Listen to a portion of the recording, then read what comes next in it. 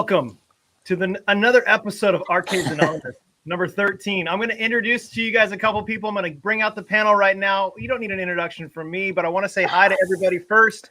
Everybody in the chat, thanks so much for joining us. You guys are awesome. And let's just bring everybody out. We got 6 on the panel today. Welcome, Charlie. Charlie, I'm going to try to unmute you. Nope, I can't do that. So you're going to have to do the other stuff. Okay.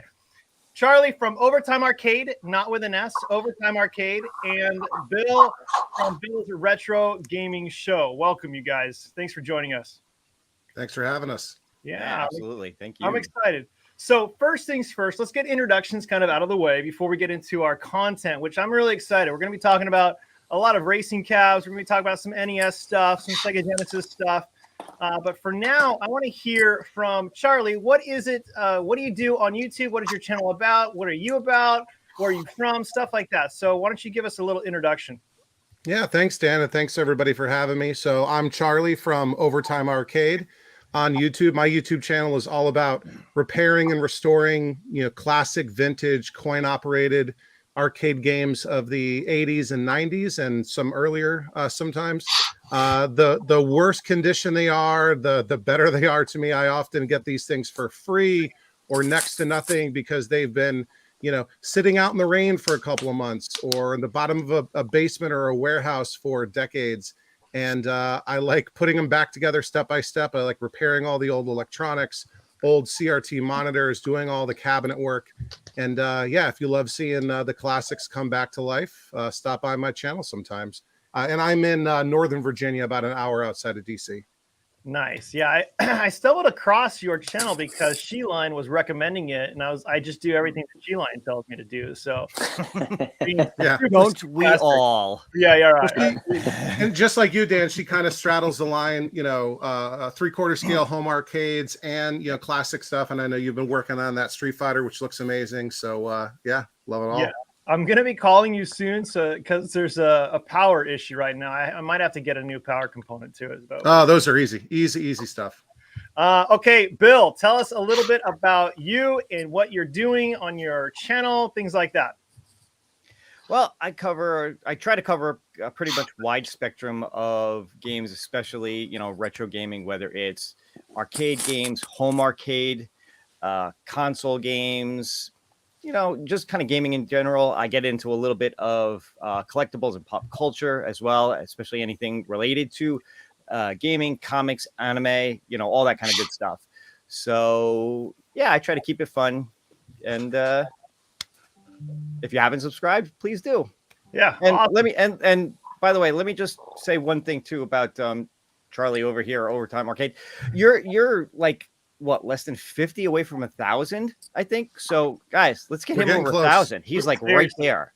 So if you're not subscribed to him, make sure you do. He's on the cusp. Get him over that 1,000K mark. And my videos are so long, like hour and a half sometimes. So I'm way over that 4,000 watch hour threshold. But yeah, staring 1,000 subs right in the face. Oh, that's so awesome. That's so close. That is so close. Wow. 50, man. That'll be fun because then you'll be like, it's all about the views, not even subs, not even watch time. It's at that point, It's about the views. I think something happened. I don't know. Did I knock you off? No, I tried to log in to be able to chat in the comments, and it killed my stream. So gotcha. Yeah, you're gonna have to do it on your phone. Unfortunately, it's all good.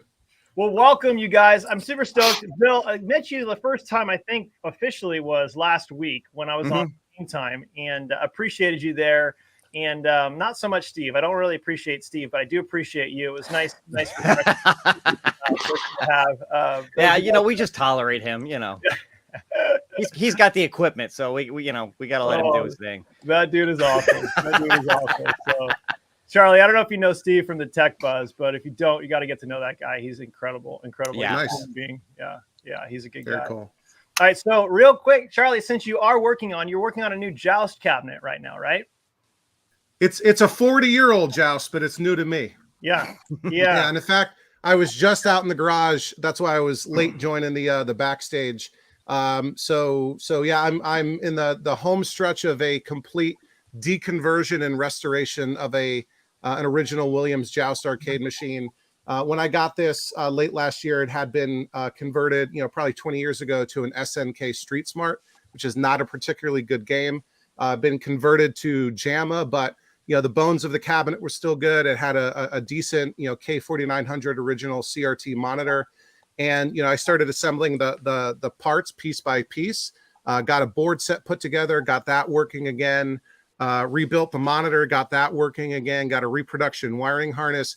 One of the things I noticed that the control panel had been converted to 2-player or whatever sort of normal JAMA 3-button setup, and when I took everything off, the original holes from Joust were there, but they were very different than the typical Joust is just like a 2-way left and right leaf switch joystick, and these holes weren't the right shape for that. They were much larger holes, and they looked original and hadn't been drilled out for the joysticks.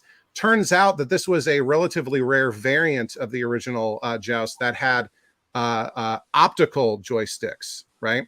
So there was a brief moment during we think the current theory, it was the middle of the Joust production run, where Williams was starting to experiment with optical joysticks, which they later used in Bubbles and Sinistar. They tried them out during maybe a month or two during the production of Joust, and then eventually went back to the leaf stick. So I had to track some of those down and a reproduction control panel overlay. But here is the control panel with these Joust optical joysticks, right? So usually there's just a little like slot and they go left and right. These are actually optical sticks, and you can see on the back here, there's this like rubber sort of spider thing that kind of holds it in place. So very, very different than what you would normally see from and you see all the Bondo work there to repair the old holes. But yeah, quite a bit different than you would normally see with a typical Joust. And yeah, I got the control panel overlay from this old game, and yeah, really looking forward to that. So a bit different than your typical Joust, but plays pretty much the same. That's pretty awesome. You lost me at like Joust a long time ago, but that sounds great. All that stuff, man. That's pretty complicated. The artwork, they nailed it on Arcade One Up. It's the exact same. I was going to ask if that was the same artwork on that control panel. Yeah, and there's a lot of reproduction artwork out there too for the full size cabinets. And one thing that they often get wrong is the halftones, right? So back in the day, when they would print, they'd have a hard time. It might not even show up on the camera. You see right here, there's all these little dots. Yeah. Right. Yeah, it was hard for them to print gradients back in the day, right? They could only print full colors, and so those halftones, those little like, smaller and increasing in size dots is how they would handle like gradients. Like pixel. And most scans are just like digital and they haven't been vectorized. And so they just like smear that out into a gradient. So there's only a couple of places that can do, the full original halftone. And this old game is one of them. Yeah. In my last episode, I had to repair some of the base of the cabinet. The leg levelers had been taken off. And so some Bondo wood hardener. And then I taught myself how to do HVLP painting, which is high volume, low pressure. You use an air compressor and you really, really thin the paint out, and you get this like $10 or $15 spray gun from Harbor Freight and hook it up to your air compressor. And it's like an hour of setup and an hour of cleaning to do 2 minutes of painting. And it came out kind of okay. Because I'm glad I figured out how to do that, because I'm also working on a Ms. Pac-Man. And the artwork on that wasn't recoverable. Like I have to completely redo the stencils, and I want to do that with HVLP just because it's a lot faster and more efficient than like rolling or rattle cans or whatnot. But yeah, should be wrapping up that Joust restoration in another maybe 2 episodes and get it back down here to the lineup. Tonight I was rebuilding the marquee light, which had been replaced just with like an incandescent bulb, like putting that back to a fluorescent. And I'm going to repair the speaker box. The speaker had been all punched out, and like painting with just spray paint the black on the kick panel. So awesome. Yeah, should come out pretty nice. That'll be really nice. MG says, "Man, Overtime Arcade is a super nerd. Should fit right in." That's awesome. Yeah. I don't know. I feel like there's levels of being a nerd, and then you kind of get out of being a nerd when you can actually like do like the hardwiring for an arcade. I don't know. That's just me. But normal people work on like classic cars or motorcycles or whatever. And my wife says this is just like the nerdy version of that. Okay, well, that's 100%. I like Yep. how she supports you in that. That's good. My wife is like, "When are you coming home? This is stupid." So, She's not All listening or watching right now. no, she is not. She's oblivious. She's never seen any of my videos That's unless I'm surprisingly to me. like, sit down. I'm surprised. Yeah, well, I made my daughter watch that video I did for the Space Ace Replicate, which I just gave to a friend of mine for his 58th birthday. He was super stoked on that. But so I did that video, and she couldn't watch it because she was so embarrassed that I was her dad. Whatever, I mean, it works. Standing on that ledge, though, that was really dangerous. Yeah, right. What's up, Matt? Good to see you, buddy.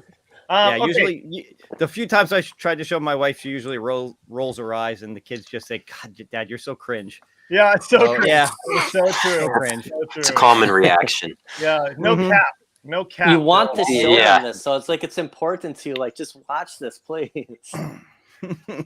Please just watch. Just give me a little bit of, I don't know, affirmation. All right, so let's get into our NES, and then we're gonna get into like the Sega Genesis, and then we're gonna get into arcades. So let's watch the NES intro because I love doing this, and we'll get.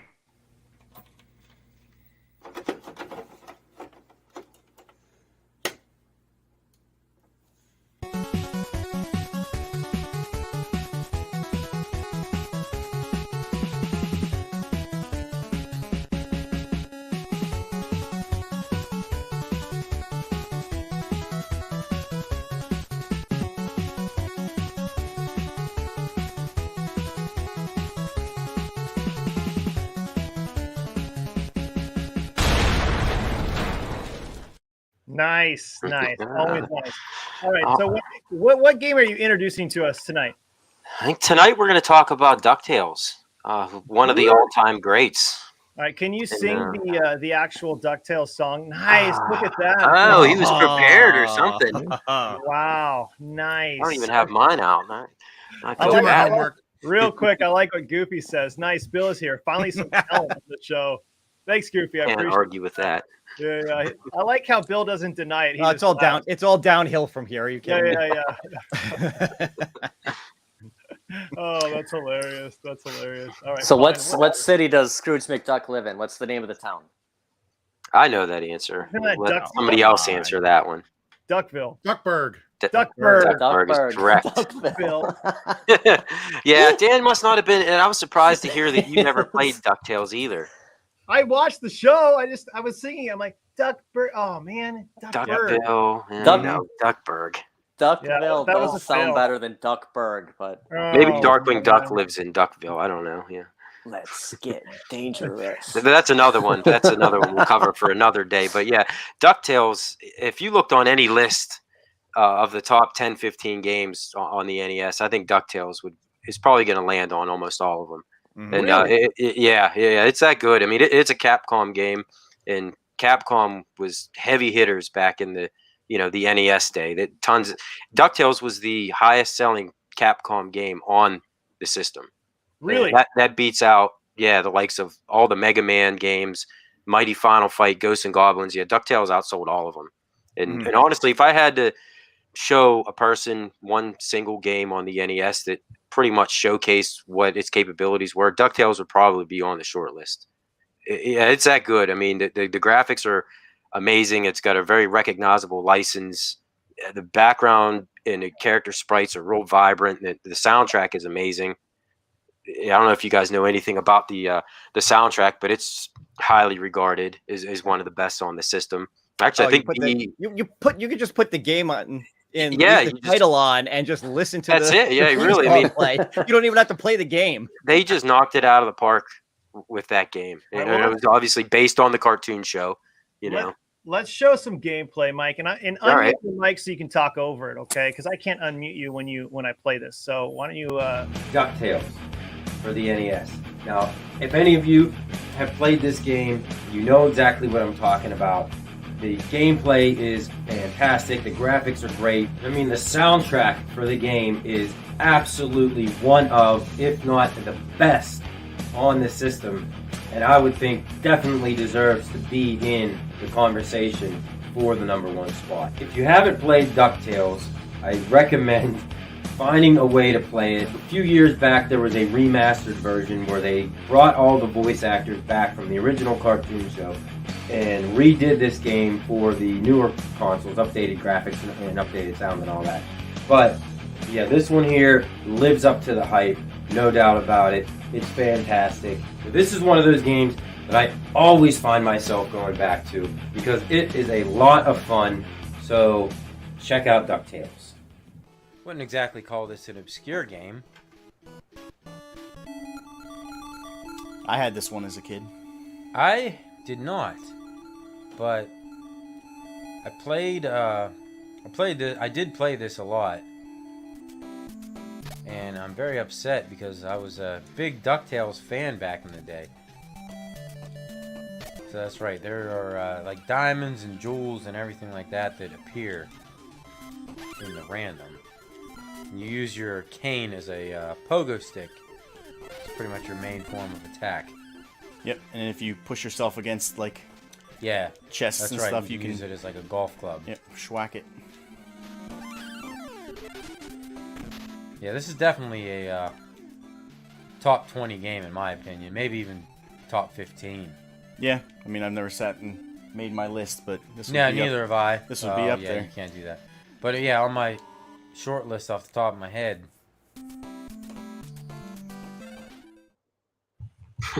So as you can see, I have a hard time playing and talking at the same time. It's okay. I lose concentration. But yeah, it's fun. I rented the snot out of that game back in the day. Yeah, same here. Like you heard, I didn't own it, but yeah, played it a lot, rented it a lot. And it's easy to come by now. It's a fairly common game you can get for fairly cheap. The sequel, I don't know, a lot of people don't know about. It was released pretty late. Oh, no.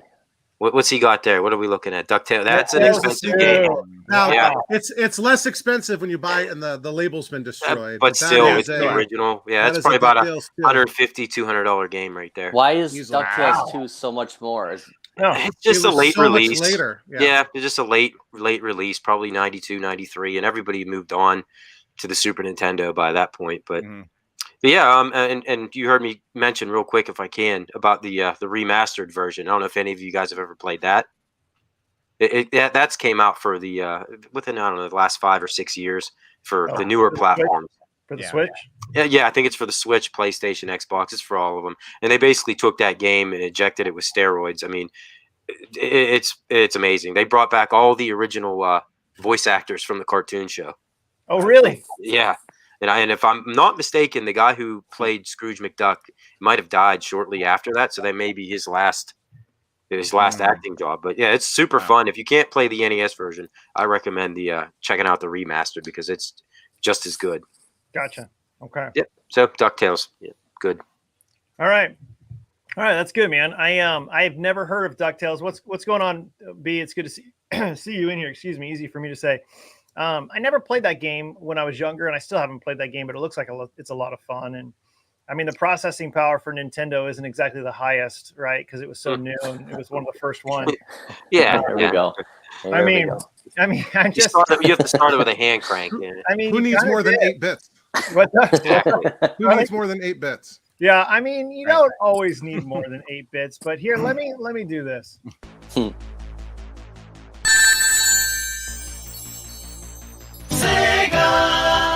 Are you ready to hear about the greatest home console ever created? It's called the Sega Genesis, and I'm going to share with you some amazing games every single time on Arcades Anonymous. So join me and let's get to it.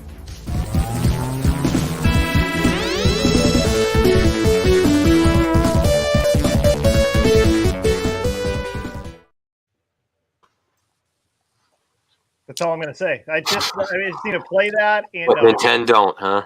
I won't do that every single time. Now, Charlie, did you ever get into Sega Genesis at all? I don't know if you'll be able to see this. So that wall over there is all console games. It's my kind of guy right here. I'm about a dozen short of a complete North American set of NES. Whoa. This is all like my kids' Switch stuff, and the bottom row is all Genesis. So other than like NES is my largest collection, almost complete. Genesis is nowhere near complete, but is my second largest console collection. Wait, Very so- impressive. Definitely got to talk to Stephen Haywood, the Tech Buzz, because Oh, he would be losing it right now to learn that. Trying to do. He's actually trying to complete the North American NES. Yeah, including unlicensed games, including stadium events. Oh, it gets. I don't know how it gets far crazy. he wants to go. He you have pretty much stadium knows events? it's a losing battle, but it's it's an attempt. So he would be thrilled. It's so fun. There's to so hear about your many of them. I got almost 450. I mean, I can probably guess, Charlie, the ones you don't have. I mean, oh yeah, all like the Panesian yeah, the X-rated hotspots games, and those types of games. I Yeah, don't stadium have events. Zombie Nation. I don't Events, yeah. have Bubble Bobble 2. Bonk's Adventure. That's a Flintstones Dinosaur Peak. I have Bonks. I Do you? have. I don't have Dinosaur Peak. I have Bonks. I have Panic Restaurant. Oh, you got some of the good ones. Yeah. I don't have. What's the really good platformer that was super late from Taito? Oh, Little Samson. I don't have Little Samson. But yeah, I got those some are all the heavies. big money ones. Yeah, you do. You got very nice. Yeah, but those cost what a arcade machine costs. So a real arcade machine. Oh man, that's crazy. Yeah. And stadium events cost more than a pinball machine. Yes. Yeah, and that one is so much crazy. better. Nintendo World Championships cost more than a house. Oh my gosh. Yeah, but that wasn't released at retail, so you're you're right. It wasn't. Count? Yeah. No, I mean, it's not. It'd be nice to have, but Dang. All right. Sure. Yeah. Well, what I want to introduce to you guys is, and it's kind of an intro into our main discussion tonight for at-home arcade products, but it's this one. So we're just going to show this and we'll get to it. So in honor of our community obsession with Fast and Furious, I wanted to post what I thought to be one of the best, if not the best, racing games on the Sega Genesis. Now, I'm not sure if we have any racing fans here, but most of you don't know. I have a kind of an obsession with Formula One, and I love going to our local IndyCar race called Acura Grand Prix in Long Beach each year with my sons. It's stupid fun. In fact, one crash after the guy was rushed to the hospital, my son ran onto the track illegally and grabbed a piece of the wrecked car. In all the confusion, no one seemed to mind. He was like a carrion bird picking up the scraps. But relax, the driver was fine. Anyways, the Fast and Furious Cab is a great game. Well, at least the drift version of the game that is on there and was falsely advertised as something else, but it's a great game. But muscle cars have never really appealed to me the way those slick Formula One cars do, or supercars, or Indy cars. That's just me. I like to go fast, and I love the history of Formula One as well. In fact, just yesterday, we literally spent an hour at the Ferrari dealership yesterday near us as the guys all took us around in a private tour. It was a really cool experience, I'm not going to lie. But to me, Super Monaco GP for the Sega Genesis hits all of those nostalgia feels. I mean, seriously, look at this gameplay. In 1989, basically, the 48th Monaco Grand Prix, there were 77 laps and a total race distance of 256 kilometers. And if anyone has ever seen Rush, where Chris Hemsworth plays the playboy James Hunt, you'll notice at this particular race, James Hunt was a commentator. Ayrton Senna and Alan Prost would lead the pack in most of the race in McLaren's Hondas. Now, out of this exciting era of racing would come Super Monaco GP on Sega's X-Board hardware in 1989 out in the arcade. Now, this was such an incredible arcade. Now, there are some home console versions of this that didn't really do the arcade justice, and Nintendo wouldn't even try for obvious hardware issues because Sega Genesis is better. I'm kidding, but in walks Sega, strutting its stuff and says, "I can do it." So in 1991, this was released on the Sega Genesis, and the rest is history. This was one of the first realistic depictions of Formula One in an arcade console. It even included a rear-view mirror to make you feel like you were genuinely in the cockpit. What I love about this game also is that there's a preliminary race where you have to qualify for pole position, something that is pretty amazing. And Super Monaco Grand Prix 2 is even better. So just look at this game and enjoy it.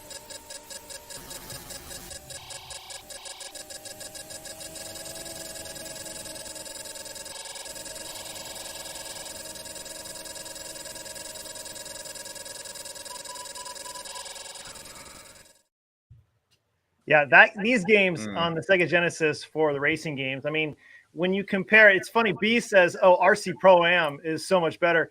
I love that game. Don't get me wrong. Until you get like super advanced, and then that white or that yellow car cheats every single time. Like that's ridiculous.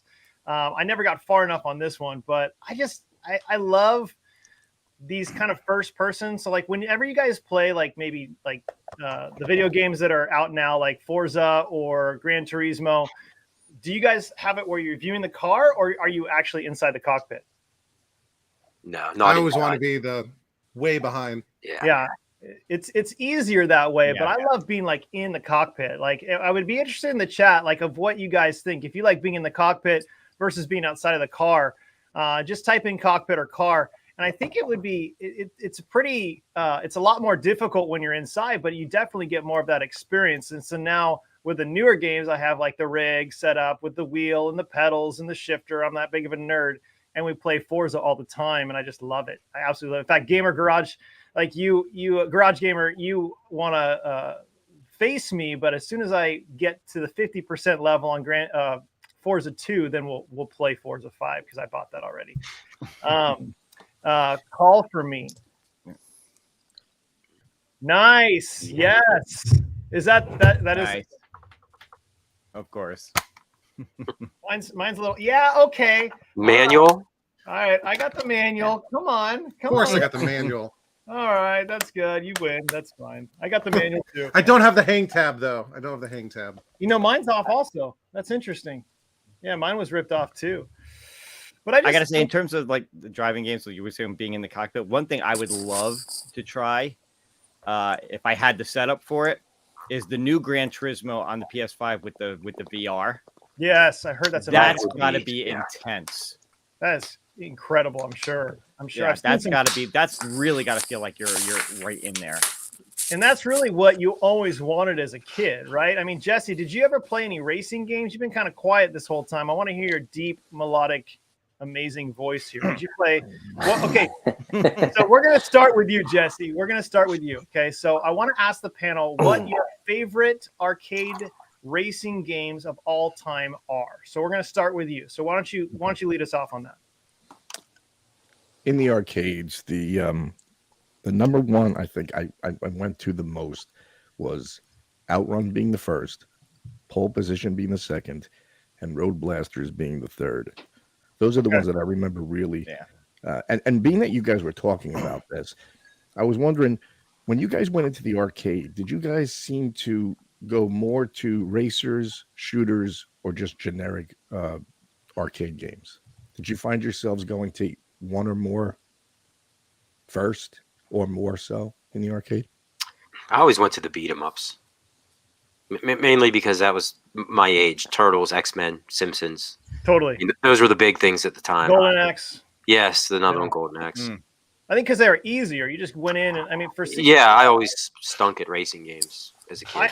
I later on went to racing games. I'll my favorite ones I'll get to in a sec. But for me, like if there was a racing game, I would always try to play it, and a shooter, because those were so attractive. As soon as like T2 came out in the arcades, everybody just flocked to that and spent all their money because you'd die in like a minute, But yeah, see, I found myself going more to the racers and shooters first than anything else. Okay, that's good. Outrun. Well, and you're going to talk about Outrun in a second, but let's see. Yeah. Born and bred in fighting games. Yeah, of course you are, B. That's awesome. Yep. But he says he loves light gun games too. Well, because of your cabinet. That's so amazing. Point blank cabinet. Garage Gamer, we will talk about that in a second. But Charlie, have you ever remade any racer cabs? No, and in fact, to answer the Jesse's question, I prefer like the potpourri category, right? Like on Jeopardy, right? Like variety is the spice of life. So I like, I would say I probably gravitate or lean away from fighters and racers, right? Just because I think, even though I recognize how different they are between them as a category, I think they're very sort of like similar as a whole. So I tend to like. But beat 'em ups, I like, just the, old, golden age classic games always, got me. And I like drivers more than racers, right? So like things like Spy Hunter, where you're driving a car, but it's not really a race, right? You're really like out to, get the bad guys, that sort of thing.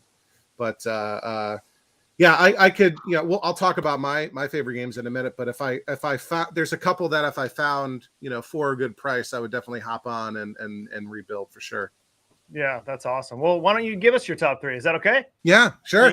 So Bill, yeah, you're next up. At the risk of being called grandpa, right? Like my favorites are definitely on the older side. And just really quickly for Dan, I checked the prices, and you should be able to find a Super Monaco GP arcade machine in good condition for about $600 is what it goes for. So really, not too, they made a lot of them, and they're not super high in demand. So that should be pretty good. But I think, thinking across both consoles and arcade machines, the number one, racing game for me would probably be, somebody already mentioned it. Ivan Iron Man Stewart's Super Off-Road, which they actually had an expansion version of in the arcade called the Track Pack, where it was some sort of ROM update that added a bunch of more tracks to the original setup. This game, I thought they had a picture of it on the back. Came in 2 different styles. The classic one is the 3, red, yellow, and blue. 3 sets of steering wheels and gas pedals, no brakes, right? What do you need brakes for? But they also, and that's a gigantic cabinet, not so tall, but super wide and heavy. And they did also have a 2-player version that was a lot smaller. So love that game to death. Loved it on the NES. Played it a ton on the NES as a kid, and certainly that's one that when I find it in an arcade, I try to go to as many arcades as possible when I'm traveling for work. Love to play that, and would love to have one to restore eventually. A very, very close second, because it's almost the exact same game, is Super Sprint. Absolutely. Right? Wow, you're in my head. Following in the sort of the legacy of earlier Atari games like Championship Sprint and Sprint 2 and that sort of thing. This was sort of the one that kind of set the standard for that top-down multi-driver, God's eye view. You see the entire track, all at once, and you got all these twists and turns and jumps and tunnels and whatever type of stuff. So this is a great one too, but this is like, road racing versus off-road. Yep. And, of course, RC Pro-Am, right? Nice. This was another one that, was an easy one to grab every weekend when, mom or dad took you to the video store to, mom and dad rent a movie and the kids would rent a game. This was an easy one to grab over and over and over again. And technically there was a arcade release of this.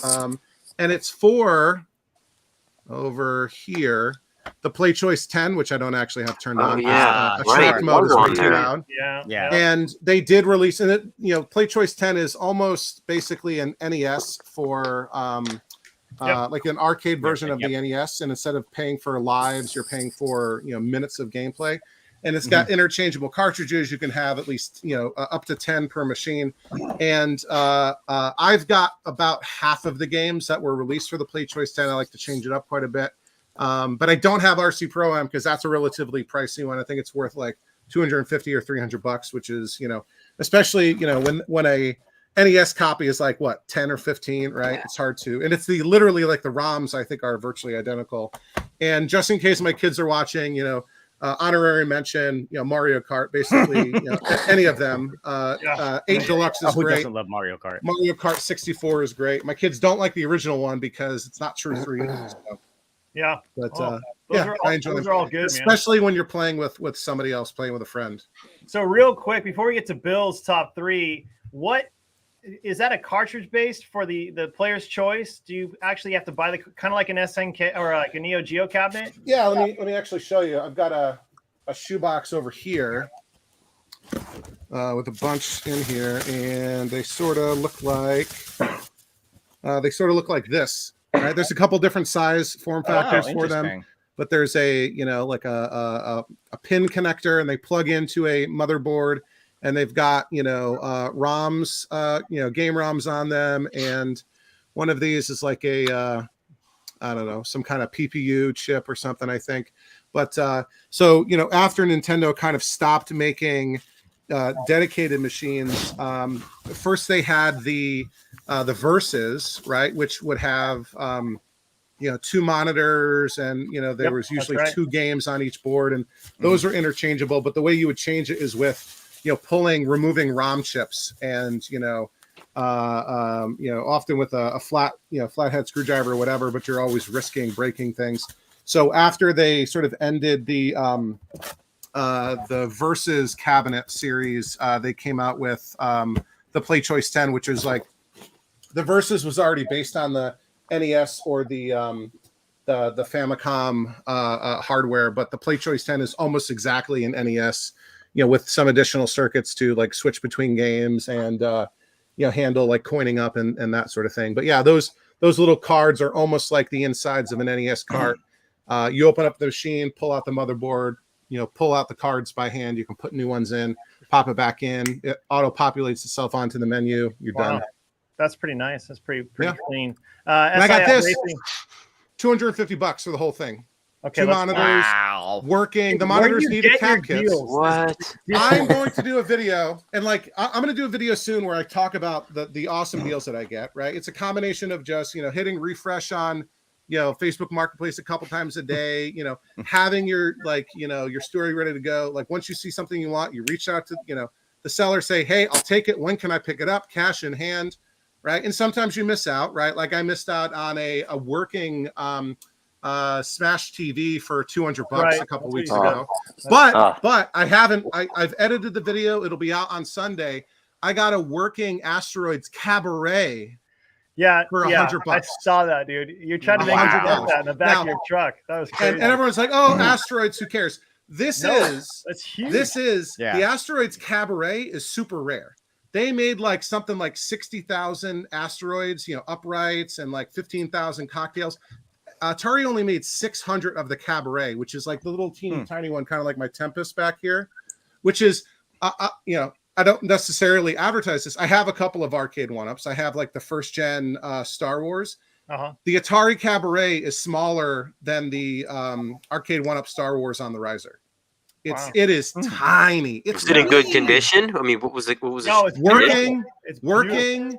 For $100. For $100, it needs a cap kit, right? There's they had hacked on a credit switch onto the coin door, so I'm going to remove that, right? They had replaced the original fluorescent light behind the marquee with a modern one, so I'll get that all sort of squared away. And it's got some dings and scratches on the side, but I'm not even going to touch that. No. So yeah, we're in a vector, right? A working vector. Right. And it was pouring rain, and I'm like, oh my God, I hate doing this. And wrapping up these things and putting them onto my truck. But that thing is so small, I was able to put it on its side, and I could close the tonneau cover on my pickup truck. That's right. Wow. So I didn't even have to do all this nonsense with tarps or whatever. It's so tiny, so tiny.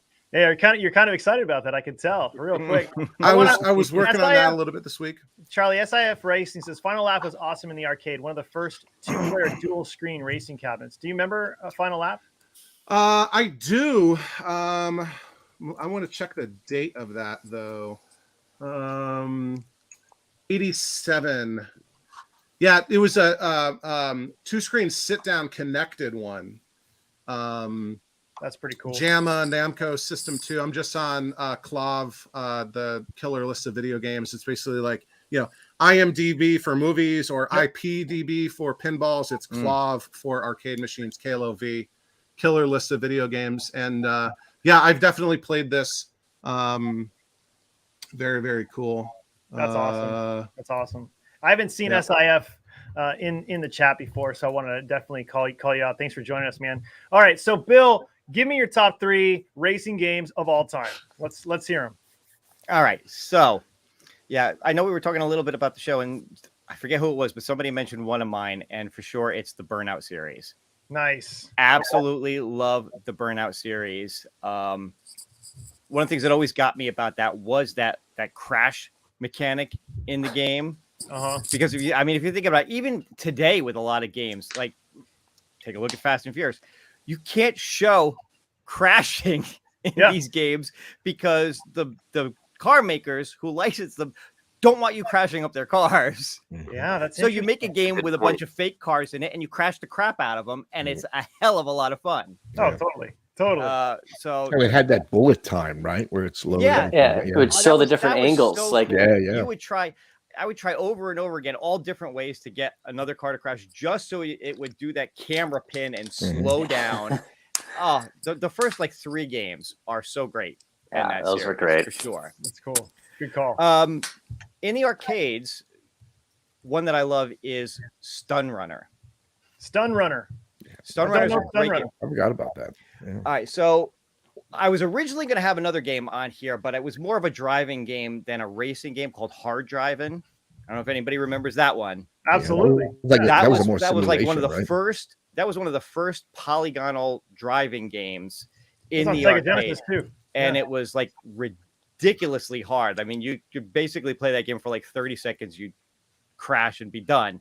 Stun Runner was kind of a successor to that later on from Atari, and it's kind of like a Wipeout type game where you're on like more of a hovercraft type thing, and you're more racing against the clock than you're racing against others, but you have guns and different things that you're going through.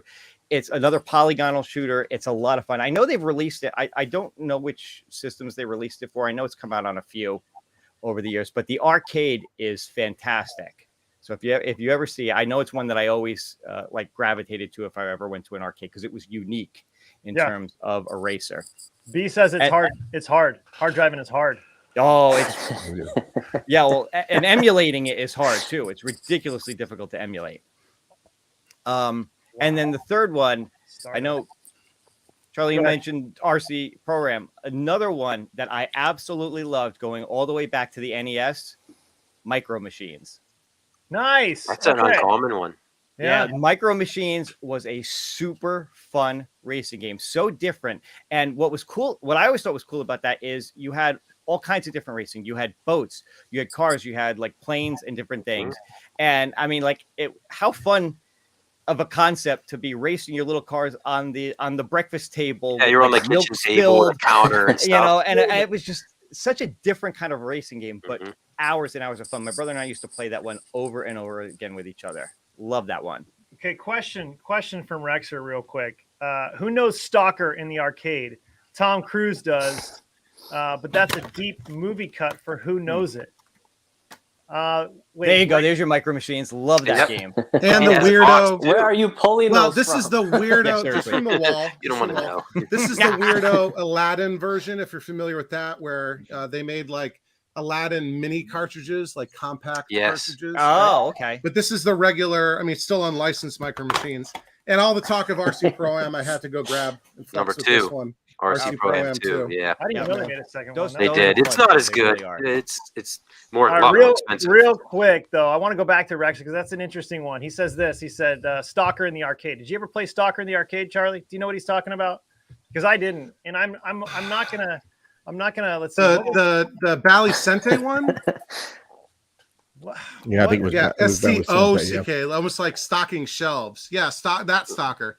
I've seen it. Like I've seen it in videos of Fun Spot. I know Fun Spot up in New Hampshire has a Stalker that you can play.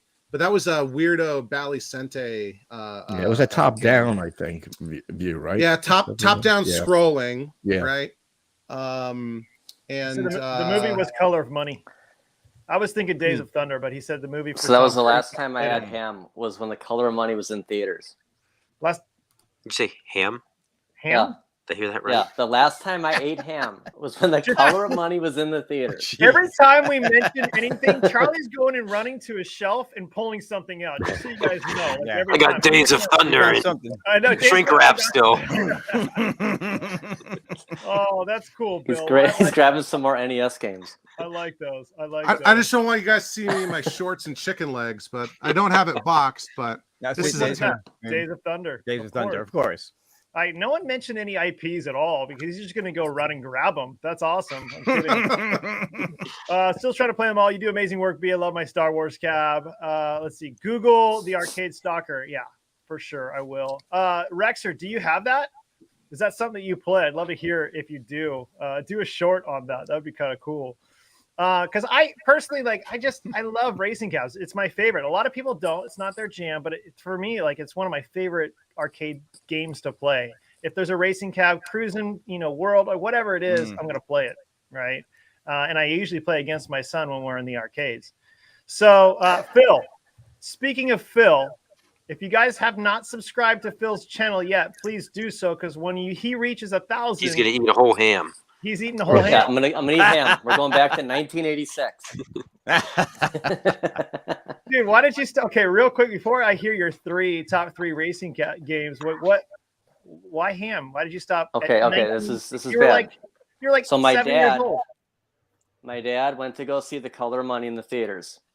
It was either, I'm a kid, it's 1986, so it's either Easter or Thanksgiving, and I wasn't allowed to leave the table until I ate this ham, and it was thick. It was that really thick ham, and every time my aunt looked the other direction, I'd put a piece under the table. There was this little ledge under there.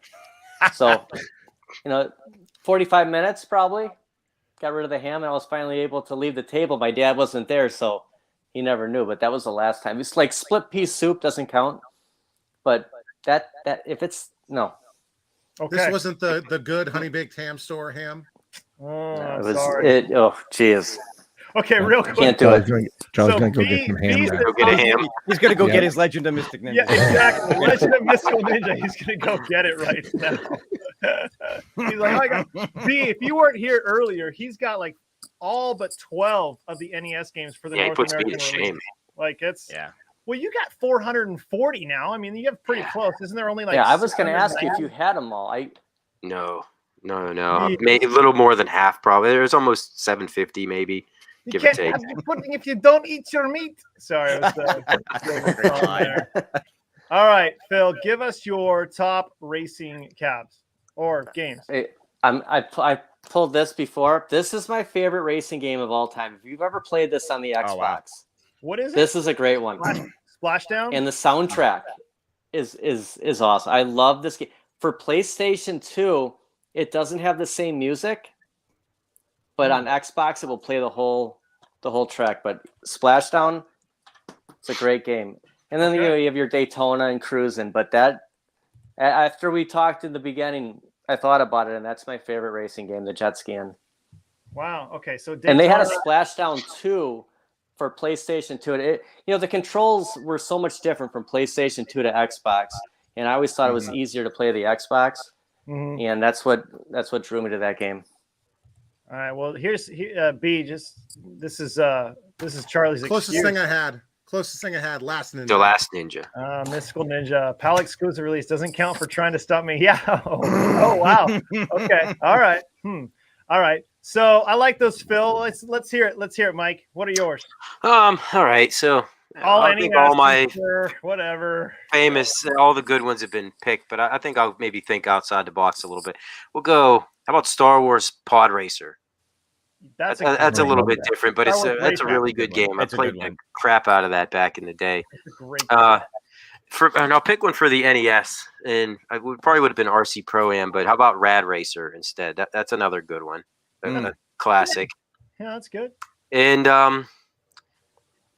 one a little bit more current, maybe Need for Speed 2, Hot Pursuit. Okay. That was one I played for PlayStation a lot back in the day. Awesome. Okay. All right. Well, Need for Speed. I love Need for Speed. I didn't like Rad Racer that much. I got it. That's like, I only have like maybe 40 or 50 NES games, and that's one of the ones that I have. And I'll play it from time to time, but not when I have something like, and I'm not trying to say this, but if I have Super Monaco GP on the Sega Genesis, Rad Racer tried to do something similar, but it was about as good as they could pull off for the NES, probably. Yeah. You guys ever play it with the 3D turned on? For the NES? Yeah, The Rad Rad Racer Racer, shipped with 3D glasses, like regular like movie theater 3D The red glasses, blue like old glasses. school, old school, and a 3D mode, and it was terrible. Terrible. So if you want the worst possible experience, play Rad Racer on the NES in 3D with a Power Glove. That and with a Power Glove. Remind me, what was the other one? It was just like a Space Harrier clone. What was the name of that? I'm trying to. 3D World Runner.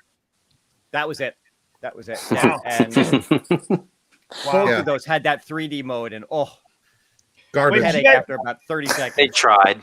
Damien Deal With It says Rock and Roll Racing. Have you guys ever played Rock and Roll Racing? Obviously, I think most of you guys have, but what do you guys think of that? Oh, you guys are looking it up. What's up? You never played it? I don't think so. Oh, F-Zero's great. They were talking about it in the chat. I wanted to kind of give priority to it, but it was where they kind of introduced a lot of, or not introduced, but they had a lot of rights to a lot of the songs that were kind of like hard rock songs. Oh, yeah. It was pretty glorious, actually. But Stardust 727, Florida, maybe, I don't know. FLA says F-Zero. That was a great Heck game. yeah. Oh, Yeah. Very good. Love that game. Here's a weird one for you. Wacky Races. Yeah, that's. I was gonna say that one. It's kind of. Yeah, that's on the on the buy expensive. stuff mod. I haven't played that. Oh, it Have you is. played Yeah, that one, that is on Jesse? I wasn't on the playing it. mod. What's that? Have you played? did. Yeah. Yes, I just played it last night. Yeah. Yeah. Well, Chaotic is calling us crazy. Rock and Roll Racing was amazing.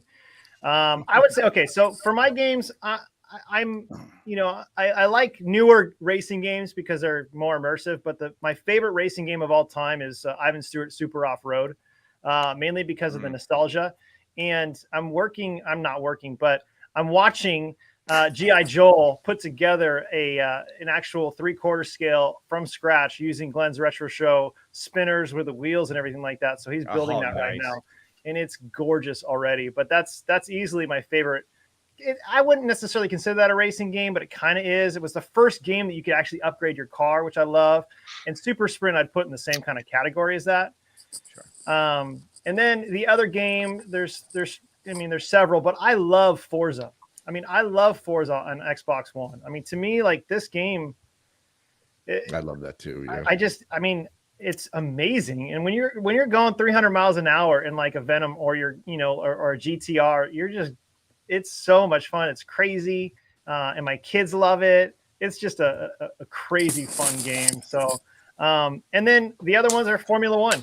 Any of the Formula Ones, 2018, 19, 20, 21, and 22. I got them all, and I love those too. So I wish I could say Outrun because that, Jesse, we could have something to do with there, but I don't know.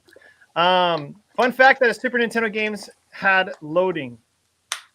Fun fact that a few Super Nintendo games had loading. Can the panel name one?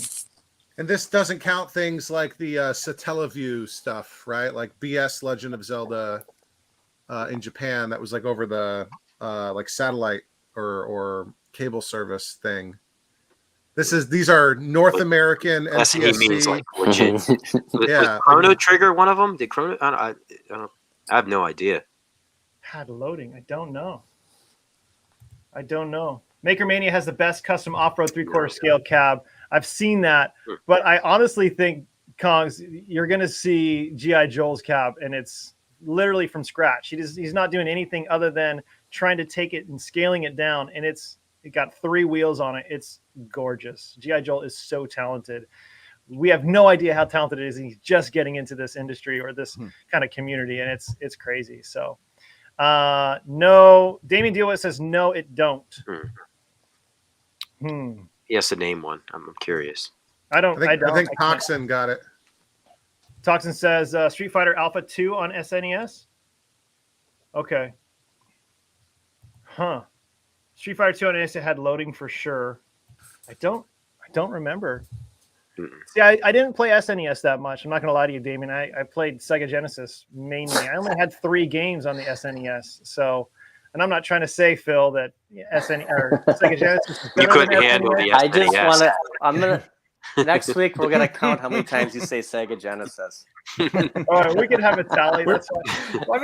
I just, okay. You guys gotta get some drinks and take a shot every time he does it. Yeah, really. That'll be it. So, were there any non-Sega CD games on the Genesis that had loading? I imagine not. So yet another thing that the Genesis did that Nintendo didn't. Nintendo. Well, there's actually a lot. Let's be honest, Charlie. No, I'm kidding. Great time to buy PSV Squadrons and Logitech Flight Stick. I got the Logitech Flight Stick. I love that thing. Squadrons is great in VR. Dude, it's so. It made me a little sick until they kind of did the sides because it was making everybody sick, and they had to make the sides kind of, I guess, a little slower. I just want to shout out real quick, Dan. I just seen it. I didn't even know she was here. Lisa. Thank you for the gift. I showed the guys before it, and I appreciate that. So, that was her. That is really cool. Nice. Yeah, awesome. Very cool. That is cool. Yeah, you're going to be playing with that a lot, so we probably shouldn't talk about it too much. Jaguar X220 on the Mega CD. Now that sucked. Okay, All right. Speaking of which, let's go into this. It's a 3-minute video that I want to show you guys of Jesse talking about the mod from Buy Stuff Arcades. If you're a fan of classic driving games like I am, then having the ability to have almost 200 driving games at your ready sounds incredible.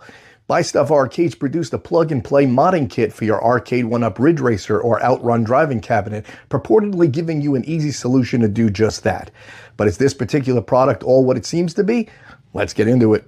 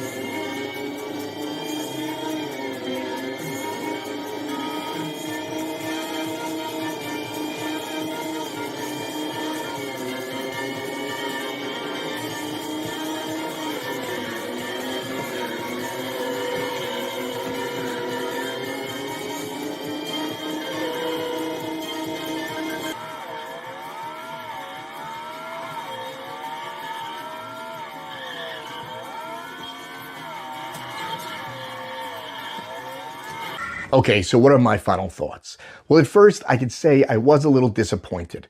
The main reason was I modded and changed the marquee title cabinet I loved. Arcade 1-Up did a phenomenal job on the emulation, incredible accurate-looking gameplay and graphics of the original arcade cabinet.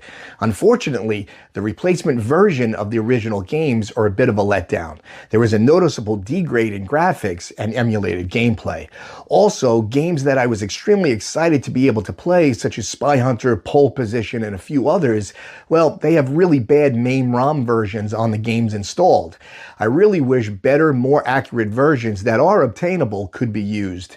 Many of the key titles that originally caught my attention turned out to be mainly console ports of games, some of which had some glitches, lag, menu navigational difficulties, and other minor issues. That being said, the majority of the games provided play extremely well. The ability to adjust the sensitivity on the steering wheel on the fly in the game is really convenient. The total amount of games provided play extremely well, and the amount of games is impressive. The kit offers a great variety of racing and driving games that actually has me playing my Outrun cabinet much more than I have ever played it before. I also have to give kudos to Buy Stuff Arcades for the great work they did on their encoder board and their other hardware, making the mod an actual breeze to accomplish. Because of the great value of the kit, the incredible ease of setup, and the amount of fun playable games included, I would definitely recommend this product to anyone who would definitely love to have many driving games ready to play. Overall, it has been a fun, exciting refresh to a cabinet that originally only had a few games to offer. All right, so you got that, Phil. You got that, Mike. You got that, Jesse. Bill, did you get that mod? All right. No, Charlie, I don't have that cab. Yeah. Okay. But Charlie said what I was thinking. I wonder if they, with the Spy Hunter, I wonder if the theme song out. Yeah. How can you play Spy Hunter without the music? 100%. And the funny part of that is that right on my multicab back here, I have the ROM version installed that has the Peter Gunn theme on it. It has everything on it. So I don't know why they didn't use the ROM for that. And as far as the pole position, I don't even know what they're using for pole position. Yeah. I can't. I wanted to write it down, but do you guys, Phil, Mike, did you remember what it's? Oh, Top Racer or something like that. Yeah, I don't remember. It's hard to play that. I struggle with the steering in that one. I don't know about you, Mike.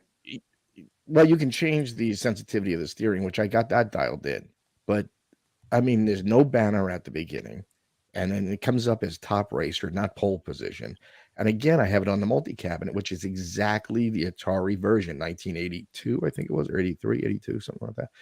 It's the exact version. So why didn't they use those ROMs? I don't know where they pulled those ROMs from. I don't know. Yeah, but those were the things that was really kind of a. According to Clav, Top Racer is a bootleg of pole position. Okay. Okay, so why did why did they use that? Weird. instead of the actual ROM. Like I'm looking at their games list and it just says pole position MAME version. That's all it says. Maybe they had trouble because like that was a Namco game that they licensed to Atari for release in the US. So maybe there's like, you know, like a disagreement over who owns the rights to it between Namco and Atari. But both Namco and Atari are pretty easy to license IPs from. They should have just talked to Cool Toy. I hear he's got all the ROMs. Yeah, and if you're going to pull a MAME ROM anyway, you pull the right one, you know. Yeah, I actually had that ordered and I returned it because I heard all the games, most of the games, if not all of them, were from be honest, you decided to go with a ton of what? Sega Genesis games. Yeah, I thought it would be better for my money, and I can get some of the games anyway. So I mean, I ended up spending $250 on, or $280, I guess, with tax for Sega Genesis games, and I Let me just say this real quick before Buy Stuff Arcades kills me, though. Okay. Like I said in the video, that being said, those little things, the mod is really, really good. Right. I really enjoy it. There are a lot of enjoyable games to play. I mean, there are 50 games on there that you're going to absolutely love. I mean, there's games on there that, you know, you're not going to have any interest in playing. I mean, there's 172 games. Yeah. Yeah. It's worth the money. I mean, as far I don't know, Mike, what do you think? I agree. Like you said, Jesse, I'm getting a lot more play out of my Outrun than I ever did before. Oh, and here's something I want to bring up to B, and I've been trying to figure this out. I want to see if this is possible. Charlie, maybe anybody knows about arcades. Back in the day when they couldn't fit any more arcades in the arcade, they used to put switchers in the games, correct? Where you could switch from board to board. So I was wondering if we could actually do that and come up with a switcher for the Outrun where I could go back to the stock version or go back and switch back and forth. You know what I mean? You could probably set something up like that. You'd have to do some custom wiring, right? And you'd need two sets of boards. Well, usually the way they did it back in the arcades is they kept the power to both boards. Yeah, so they were running at the same time. They would switch the video input, but that wouldn't almost work like a KVM. Right, but that wouldn't work on an arcade 1-up. You would actually have to cut the power to the one PCBA and go to the other. So I want to talk to B and see if that would be possible. Yeah. Well, you don't have to remove the PCB. We're not laughing at you, Jesse. No, it's Steven. Yeah. No, you don't have to remove the PCB that's there to put the Buy Stuff on, do you? Right now you do, yeah. You do have to remove the PCB. You have to remove it, yeah. Okay. But I'm thinking like if you could just have some type of a splitter where you can keep both PCBs there, but then just switch out from one. Because it kills me not being able to play the original, like the real Outrun game. Like I feel like I just devalued that cabinet so much. Exactly. But we made that decision for a reason. Yeah, right. I mean, the other we game were to justify it, Phil. Come on. No, they do make it work. No, that's the bottom line. Did we love those games? We bought that mod for a reason. We were obviously unhappy with the 5 games that came on there. Right. I mean, Ridge Racer, I got a lot of heat on my, a lot of comments today. I mean, I can't stand that first person view. I mean, it's just not for me. Well, I'll say I was happy with the Outrun. I just wasn't happy with that there wasn't any more games to play. I know, because they're not giving you the arcade ROMs. I mean, they're giving you. We don't know what ROMs the Outrun's coming from now, right? If you want an original, Outrun's about $700 for a working cabinet. Yeah, that's so expensive, man. And plus, your PCB would get really hot with the Outrun, wouldn't it? Wasn't there issues that would get really hot? Your PCB. I did a video on it. What would happen is a lot of times the wire from the LCD monitor would come down and actually brush the fan. So what I told everybody to do is just pull that wire up and tie wrap it to the side of the can so it wouldn't go down and brush the fan, because that's where a lot of people's problems came up. The fan would stop because the wire had stopped it from running, and it would blow the PCB. Was that just from Outrunners, or did it happen with no, it was the whole PCB setup, and basically it happened only with the sit down version. I called Arcade 1-Up and I told them about the problem, and when they released the stand up version, they glued the wire so it wouldn't do that no more. So I don't think anyone had that problem anymore on the stand up. So the sit down came out first. The sit down came up first. Yeah. Wow, I thought That's they actually both. where I thought they would you just had believe an that's option. actually where I started watching B, was when he first got that sit down outrun cab. I think he was the very first one to get the sit down outrun cab. Wow. Yeah. Interesting. Well, B says there's arcade ROMs on the Buy Stuff mod for the classic MAME games. Outrun should be the real arcade ROM, including the Ferrari logo, but you guys are saying it's not, right? Definitely seems different.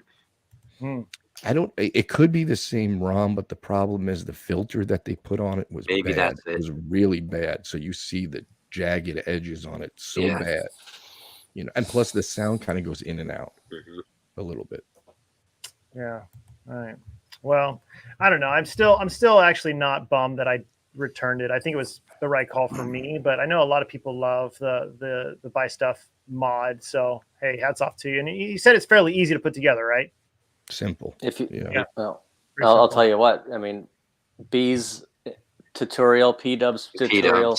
Yeah. I mean, it was unbelievable. It helped a It's lot. like they were right next to you, talking to you when you were doing it. That's kind of, not to plug Charlie at all, but that's kind of what Charlie's doing the entire time for like an hour and a half when he's putting together his stuff. You feel like you're actually in there with you, bud. I appreciate that, Charlie. Sometimes my head's in the way, all kinds of stuff like that. Yeah. That's awesome. All right, so I want to do this. There's a little bit, I know we're going a little bit longer tonight, but there's another thing that I want to show you guys. So hold on to your hats. Hey guys, Danry here real quick. I got a quick question for you. Why, if you haven't done so already, have you not subscribed to Phil from PD7?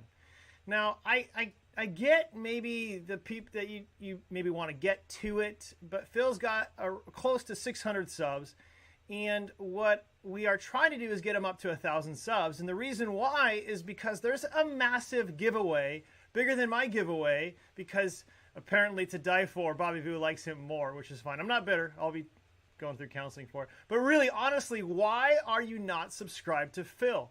It's a super casual, awesome channel where he talks about all things Arcade 1-Up. He talks about IA Arcade. He talks about at-home arcade products. He talks about 80s nostalgia. There's just a lot of stuff on his channel that is really, really good. So if you haven't done so already, this is the time to maybe pause this live show from Arcades Anonymous, go over to his, it's at PDX7, right? So it's PD7. Go over to his channel, hit the subscribe button, watch some of his videos, and then come back here and play it. You can just, maybe not watch it, because this channel is dependent upon Phil. This Arcades Anonymous is dependent upon Phil. It's dependent upon the bad guy Mike Worley. It's dependent upon Jester Tester. All these guys that are on the panel normally are incredible guys. And so I'm not trying to guilt you into this, but if you've subscribed to me, go subscribe to them. They're the same guys. They're amazing, and I just want to encourage you to do that. So right now we're focused on Phil, and we're trying to get him to 1,000 subs. And when that happens, there's going to be a free Killer Instinct cabinet with the stool. There's a free Botacera build that you can put into your Arcade 1-Up. There's a free, just a bunch of things. So I want to encourage you to do that. With that, let's get back to the show. All right, Phil, take us away, man. Where are you at? Well, I think 656, maybe 556. 556. Okay. It's climbing. Right. It's climbing, dude. It's good. It's good stuff. And if any of you guys are still watching, I want to encourage you guys to check out Charlie Overtime Arcade, and then check out Bill's Retro Gaming Show. I mean, those guys are amazing. I do. Yes, Thanks for doing that clip, Dan. Yeah, no, my pleasure, man. Thank you. To Die For, Bobby says, and a bar top. Yes, there's a lot of stuff, but you'll get there, dude. Do it. Yeah, I mean, Killer Instinct. All the cool kids subscribe to PD7, so that's huge. Do it now. Do it now. All right, so you wanted to talk a little bit, though, tonight about the differences of the at-home arcade products and how they're kind of maybe zeroing in on what they're good at and focusing on that. So take it away. I mean, and this may be like not new news for most people, but I mean, At Games has clearly taken over the pinball market. I mean, when you're going to get that next pinball, you're going to get an At Games when they come out with the 4K. And I really think that iArcade will be like the Sinden, this is where you're going to go for those shooters. I think they're going to be known for the light gun games. And I mean, they give us Operation Wolf. what, 2-3 weeks later, we have Operation Thunderbolt. I mean, what's next? They obviously have a bunch of stuff lined up, and they're slowly releasing it. Yeah, what do you think they're going to release next, though? I mean, and I don't know if, you know, people can laugh all they want, but I think that there's a good chance that we could get a House of the Dead type game on the iArcade. 100% agree with that. Really? Yeah. Wow, that would be such a game changer. Can you imagine? Yeah. Mm-hmm. And with Glenn's upgrade for the Gen 1, and they selling them right now for $299 if they haven't sold out already. Like, that would be crazy. That would be crazy if they got that. So Bobby and Bobby had an idea. Don't kill me here, Bobby, but he thought that if we took the T2 guns out of the arcade one up and plugged them in to the iArcade, it could work. He's gonna kill you. We tried it, but the problem is we couldn't get it to calibrate because of the analogs on the Sinden. There's something they did that it works on the arcade one up, and that's probably why if Buy Stuff did some kind of mod, you know, there's obviously loopholes to get around because it might not work. But that would have been really cool if we could have got that. We could have, you know, you wouldn't have to buy a Sinden. Yeah, it's interesting. Like the community. Keep your eyes peeled, though. GRS is working on guns too. If I know Glenn, he's going to come in cheaper than the standard Sindens. Oh, I don't know when it's coming, but it's coming.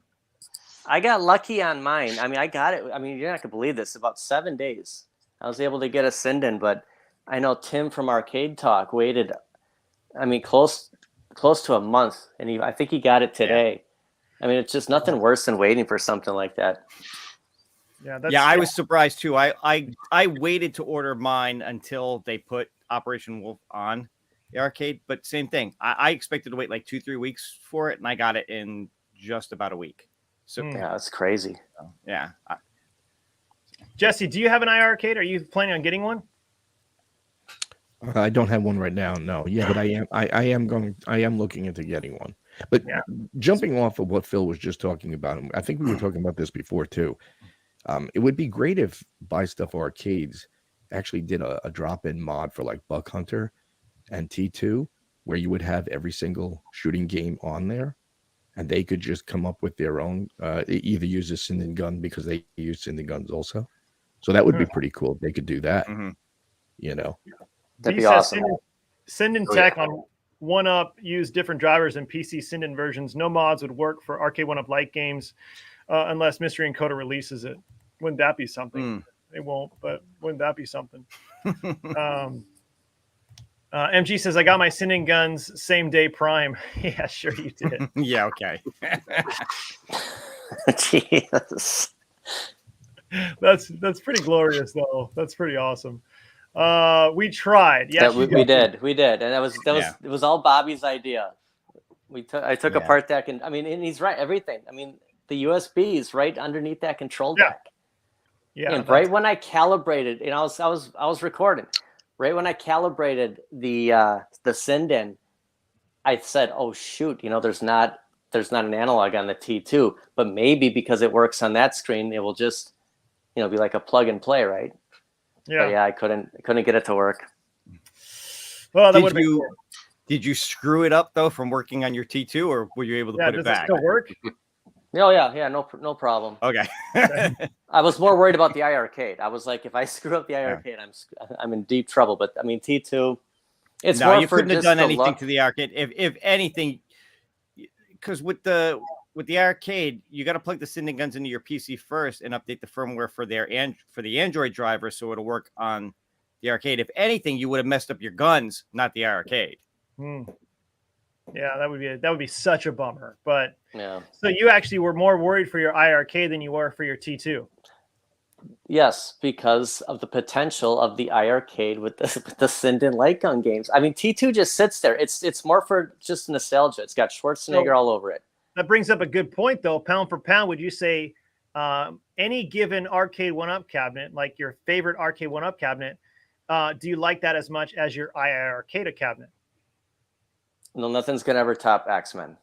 So I mean, that's you know, for the Sunday nights, and which is turning into like the every other Sunday night. Simpsons and X-Men are completely safe as long as we keep playing them. Gotcha. I mean, you know, I never even finished Simpsons until I started playing with Mike. Gotcha. Well, real quick, it sounds like, hey, Steve, you know, I do a lot of counseling, and it sounds like you need to talk a little bit about your disdain for II Arcade. In fact, I'll probably put that on my channel as an option. You can pay me for it. That's cool. But To Die For says, just follow some tutorials from II Arcade. Bono's Tecmo, come with me if you want to live. I love it. I just told my gold next day prime. I don't even know what everybody's saying. Multi-K says, preach, Phil. Phil, you're starting to sound like console fanboy. I'm not gonna touch that because I love console fanboy. Won't work, Bobby. I can't watch. I can't watch any more of his videos at work. Okay, we're not gonna talk about that. Yeah, no.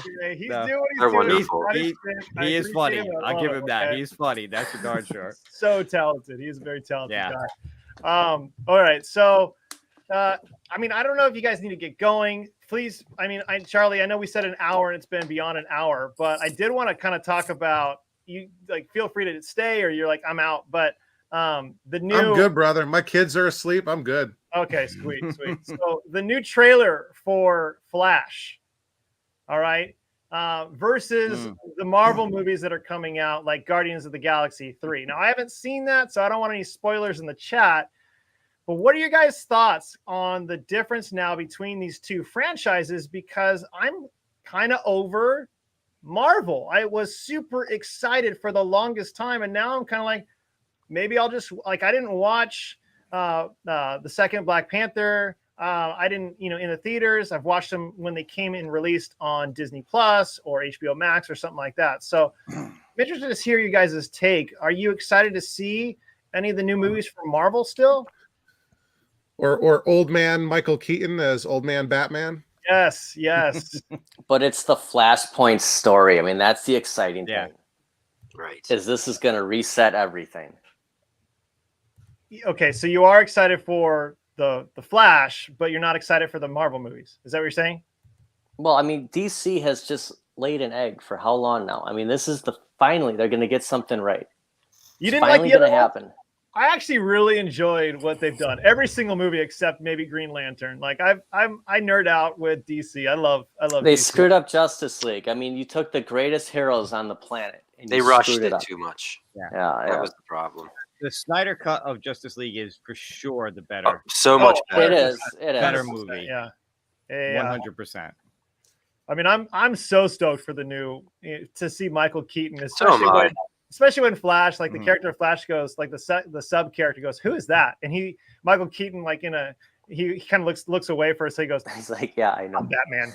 Like that's just his crooked mask. Yeah, crooked mask. And the young Flash actually has a Batman suit that he painted red to make it look like the Flash.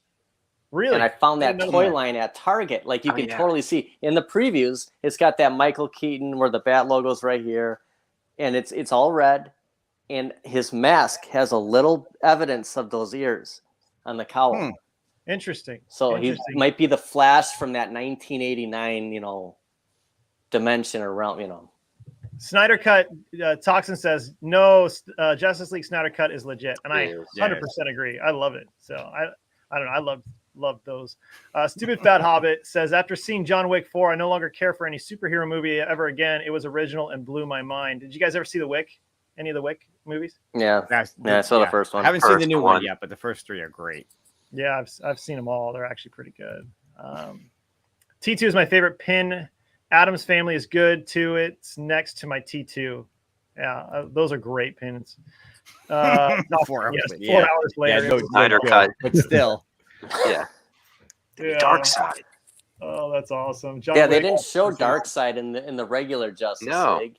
Yeah. I mean, you don't even show Dark Side. Not at all. Yeah. Yeah, they blew it. Who was that guy that took over the guy from Marvel? He just screwed the whole thing up. King? You mean the King or whatever? King?